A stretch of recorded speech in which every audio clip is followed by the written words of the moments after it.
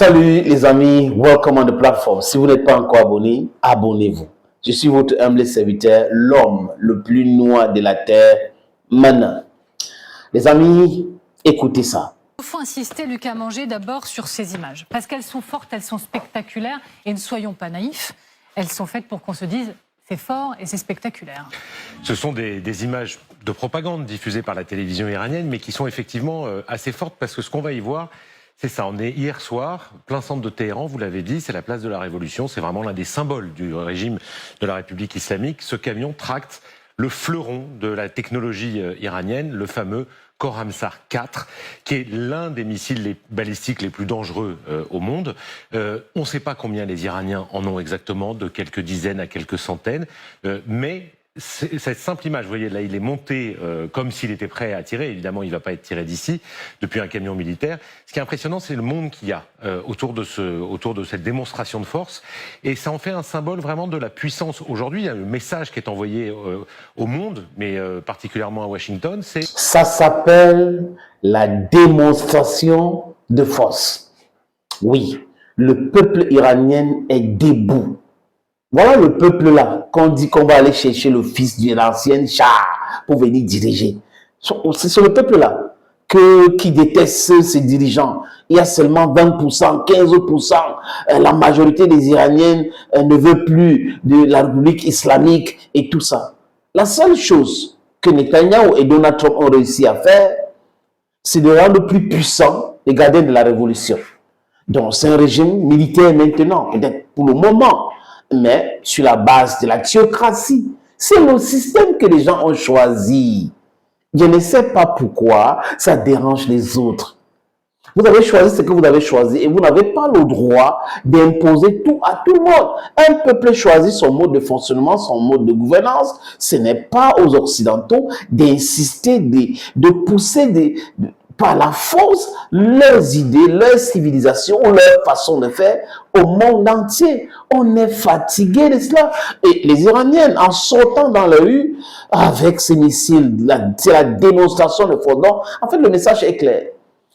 Les États-Unis d'Amérique ont menti. Donald Trump a menti sur la destruction totale des lance-missiles, de la capacité balistique iranienne.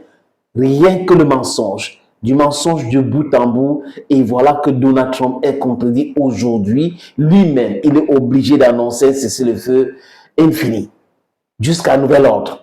En fait, Donald Trump fuit la guerre. Les amis, je vous suggère maintenant de regarder ça. Regardez, nos missiles sont en plein cœur de Téhéran et les gens les soutiennent. C'est ça aussi. Il y a une foule quand même qui est là. On ne peut pas savoir honnêtement, Amélie, si les gens qui sont là sont venus de leur plein gré, si on leur a demandé de venir. Il y a des gens qui disent qu'ils ont été payés pour venir. C'est peut-être un peu des deux. Mais il faut bien avoir en tête quand même que la République islamique a encore du soutien dans la population iranienne.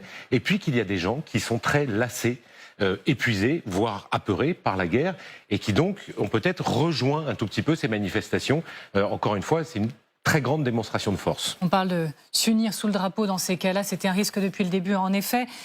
Lucas, on parle du dernier fleuron en date iranien, mais qu'est-ce que ce Khorramshahr 4 ? Voilà, pour être simple, ce missile iranien à sous-munitions dont on dit que les capacités sont redoutables. Alors vous avez les chiffres là, les capacités effectivement, 2000 km de portée, ce qui veut dire concrètement qu'il pourrait être utilisé, frappé des pays européens. À 2000 km, vous avez la Grèce, la Roumanie, c'est possible, en théorie. Vitesse, 20 000 km/h, c'est Mach 16, c'est des missiles exo-atmosphériques, ce qu'on appelle exo-atmosphériques, donc ils montent très haut, ils redescendent très vite. Vous voyez là sur cette carte jusqu'où ça peut aller. On voit bien là, ici, la Grèce, la Roumanie, un certain nombre des pays des Balkans, évidemment, qui pourraient toucher, et puis bien entendu, donc, Israël.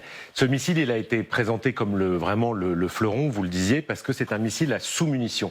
Alors, il a frappé probablement Tel Aviv il n'y a pas très longtemps, il se trouve que j'y étais, et que les Israéliens étaient très surpris, parce qu'il est difficile à intercepter. Les Israéliens savent intercepter. Le problème de ce missile, si c'est celui-là qui avait été utilisé à ce moment-là, c'est qu'il largue des sous-munitions. Au moment où il rentre dans le ciel, dans l'atmosphère, il largue des sous-munitions. Ce qui fait que les intercepteurs, on a besoin de beaucoup d'intercepteurs pour essayer de détruire les charges. Et à Tel Aviv, le résultat était assez impressionnant, c'est qu'il y avait effectivement beaucoup d'impact autour de la zone du missile. Les Israéliens n'ont pas dit formellement qu'il s'agissait de ce missile-là, mais avaient de sérieux doutes. Je voudrais qu'on regarde une autre image, Lucas. Là, cette fois, on est à Arak. Et là encore, une exhibition de missiles et à chaque fois, la foule, les drapeaux, les décorations, les lumières, comme une célébration. Hein. Et voilà qui renforce tout l'aspect communication dans cette guerre. La communication du régime, vous avez parfaitement raison. Alors là, c'est un autre missile, c'est pas un Khorramshahr 4, mais c'est encore un missile puissant iranien. Là aussi, comme à Téhéran, de la foule, des drapeaux, vous noterez plusieurs choses. D'abord qu'il y a effectivement énormément de monde, il n'y a pas de symbole religieux. C'est une démonstration de force militaire. C'est aussi un signe que les militaires ont vraiment pris la main dans le pays. Et puis, autre enseignement, c'est qu'on a beaucoup dit que la République islamique avait anticipé éventuellement la mort du guide suprême ou en tout cas une décapitation du régime, mais ils ont fait comprendre que la décentralisation du pouvoir pouvait fonctionner. Ce que ça montre, c'est que des commandants locaux militaires peuvent organiser aussi, là on est dans le centre du pays arabe, des démonstrations de force en même temps que celles qui se passent à Téhéran. C'est pour dire, non seulement on est prêt à faire la guerre, mais on tient le pays. C'est un message très clair envoyé aux États-Unis. C'était parfait. Merci beaucoup. Merci beaucoup, Lucas Manger. Général Perruche, là encore le message. L'Iran n'a pas seulement ignoré les ultimatums du président américain, non, à la place, au lieu de ça, il a donc organisé cet événement public pour démontrer sa puissance au milieu de la foule. C'est assez paradoxal parce que si on fait le rapport des forces militaires, naturellement, les États-Unis sont en position de supériorité. Ils sont capables, comme on l'a vu dans les semaines précédentes, de traiter n'importe quel objectif à peu près n'importe quand, avec un minimum de risque. Je vous renvoie à l'affaire des pilotes qui avaient été abattus. Mais ce qui est paradoxal, c'est que précisément l'Iran, qui n'a finalement pas beaucoup moins en tout cas de systèmes d'armes et de capacités que les Américains, s'en sert fort habilement sur le plan politique. Je dirais que le rapport de force est très favorable aux Américains sur le plan militaire, et pourtant l'effet politique est très favorable à l'Iran. Et c'est tout le paradoxe de cette situation-là. Et en montrant quelques missiles comme ça, on ne sait pas... les amis, vous avez ils sont dépassés par les honneurs. Vous voyez, ils donnent l'information, mais ils sont gênés de voir qu'un peuple qui a été attaqué, ils ont vendu la déstabilisation, l'infiltration, et ça n'a pas marché. Après, le peuple est fâché, voilà comment le peuple sort dans la rue et tout ça. Tout le monde sait que c'est la mascarade. Même les Iraniens eux-mêmes, ils savent que c'est la mascarade. Il n'y a jamais eu de mobilisation pour les valeurs pro-occidentales. Ce n'est pas vrai du tout. Ce n'est pas vrai du tout. C'est des gens payés par des Américains, des Israéliens, le dollar, pour faire ça. Donc, il faut un travail où on les a payés de faire. Et la vie, par exemple, qui se balade là, sur les plateaux et autres, le fils du Shah. Mais le Shah a été chassé parce qu'il était déviant. Il ne respectait pas l'islam. Il y avait beaucoup de choses qui étaient en faveur du peuple iranien pour travailler contre le Shah. Et c'est le même système qui veut ramener tout ça. Ça ne va jamais marcher. Donc, ceux qui faisaient trop de bruit, là, allez en Iran, non? Allez renverser le gouvernement, envoyez les militaires au sol. Oh, je vais vérifier quelque chose. Bande de plaisantins, vous croyez que c'est la blague? Ce n'est pas du tout la blague. Et le correspondant de RFI France 24, les amis, a été interrogé sur ce même plateau. Écoutez ce qu'il dit. Des missiles à proprement parler, est-ce là synonyme de réplique forte et imminente? Non, c'est une démonstration de force des gardiens de la Révolution. Une quarantaine de missiles ont été montrés hier soir lors de ces réunions nocturnes des gens qui descendent dans la rue pendant plusieurs heures, peut-être quelquefois jusqu'à 2 heures du matin, donc en soutien aux forces armées.